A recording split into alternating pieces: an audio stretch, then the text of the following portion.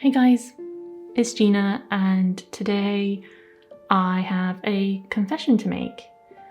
I've been lying to you, and I'm really sorry. I don't know if I can do this. I feel terrible. I know I should be a better person, and I'm trying. I really am. And you might be wondering why I'm making this video. Well, if you don't know, I'll tell you.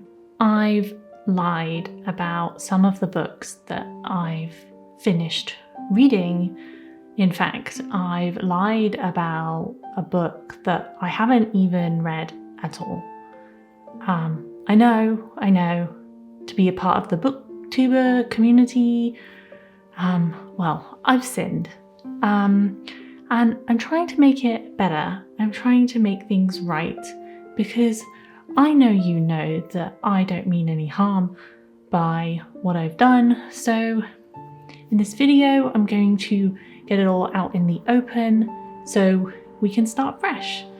So in this video, I'm going to go through all of the books that I said I finished, but I haven't. And one of the books I haven't even read at all. And then when I'm done, I'm going to go into my Goodreads account and I'm going to right my wrongs. This is my confession. Okay, let's cast that drama aside because that was a bit much. The first book that I lied about finishing was The Bear and the Nightingale by Catherine Arden. I picked up this book in March of 2021 and I was really excited because I'm a fan of fairy tales that get retold or retold from a different perspective. This one was particularly interesting because it was the Russian version, essentially, of Jack Frost.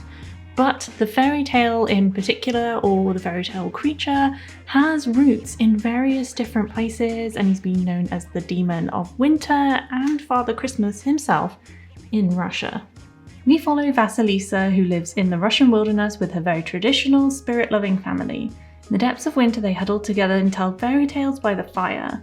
But when Vasila's mother dies, her father brings home a new city-born wife who tries to get them to be more city-like. As a result, the wilderness essentially rejects the family and Vasilisa has to do something about it. Which sounds freaking fantastic, doesn't it? The writing is incredibly lyrical, which can be really nice, but for me, in this case, I found it really hard to get a grip on the story. Especially because right at the beginning, if I'm remembering correctly, all of the family is sitting around the campfire telling each other stories, and the lyrical writing is meant to present a sense of atmosphere. But couple that with a bunch of names that I have no idea how to pronounce, it makes it really hard to read, and it was very slow from the beginning for me. For this reason, I just didn't end up getting into the book. I don't even know how far I got into it because I just couldn't get a grip on it quickly enough. And for me, that means that I just don't get into a book. This, of course, is personal preference and explains why I was such a coward and just said that I finished the book when I actually didn't. I couldn't even get into the story, so it shouldn't have been put on my read list at all.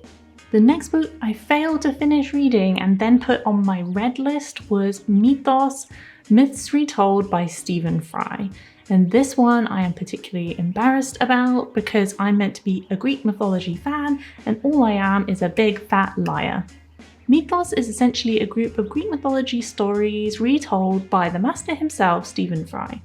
They're done in a kind of comical style which makes them more accessible to modern audiences.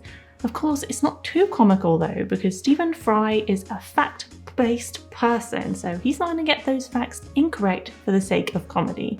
I listened to this book as an audiobook while painting my house, and that was particularly great because Stephen Fry himself did the audiobook version, so it was great listening material while I was painting. But as I kept painting, I ended up finishing my DIY project and the book wasn't actually finished. I mean, how dare they not match up my DIY schedule with the end of the book? What that meant was that as I was waiting for the paint to dry and paint again, dry and paint again, I couldn't finish, and so I just never finished because there was never an opportunity to finish the book. Shame on me though, because if I didn't finish the book, I shouldn't have added it to my read list. Plus, the worst thing is, I thought I didn't need to finish reading the book because I'd already heard all of the Greek mythology stories before, which looking back sounds pretty arrogant to me, doesn't it? Okay, I said I was embarrassed about the last one, but for this one, all I feel is shame. I completely lied about reading The Princess Bride. That's right, not only did I not finish it, I didn't read it at all. I'm so sorry. For all of you Princess Bride fans, I actually added this book to my Goodreads account when I set it up in 2014, and I knew then that I didn't read it, which makes this even worse. And the thing is, I said I'd read this book because I watched the film. Am I the worst? I think I'm the worst.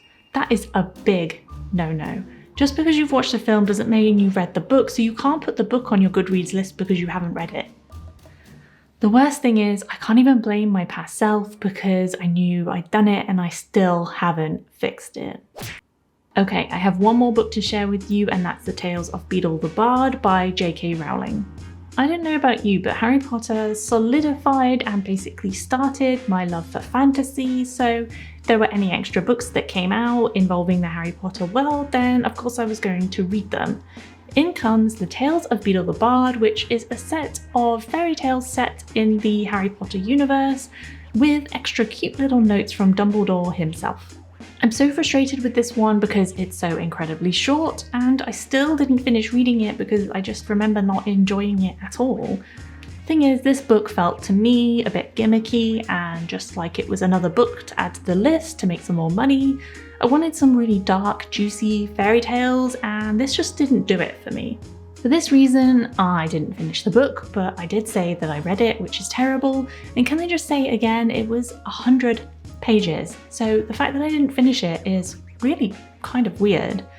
For me, this was the last book that J.K. Rowling had written that I was interested in reading. J.K. Rowling, for many reasons, is officially out of my life.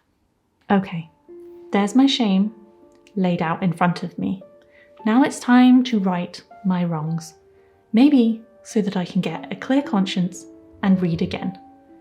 Let's put those books back where they belong.